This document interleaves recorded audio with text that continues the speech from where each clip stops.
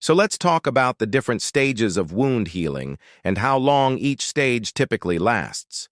The first stage is called hemostasis. This is the body's immediate response to injury, and it's designed to stop bleeding and prevent infection.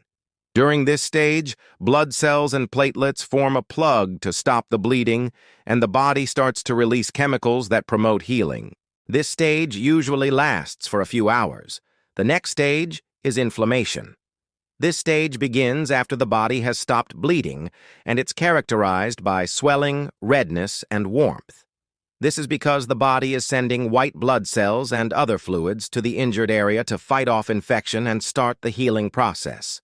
The inflammation stage can last for several days to a few weeks. The third stage is called proliferation. This is when the body starts to repair the damaged tissue and grow new skin cells. The body also starts to produce collagen, which is a protein that helps to strengthen the healing tissue. This stage can last for several weeks to months. The fourth and final stage is called maturation. During this stage, the body continues to produce collagen and the wound starts to become stronger and less noticeable. This stage can last for several months to a year or more. So how long does each of these stages last?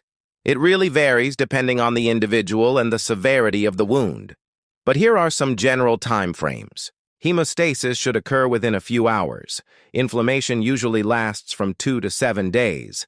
Proliferation can last for several weeks to a few months. And finally, maturation can take several months to a year or longer. So if you have a minor wound, you can expect it to heal in about 4 to 6 weeks. A deeper wound may take longer, up to 3 months or even longer in some cases. There are many factors that can affect the healing process, including age, nutrition, and overall health. If you have any concerns about a wound, be sure to see a doctor. Thanks for watching. I hope this video was helpful. If you have any questions, please leave them in the comments below. I'll see you next time.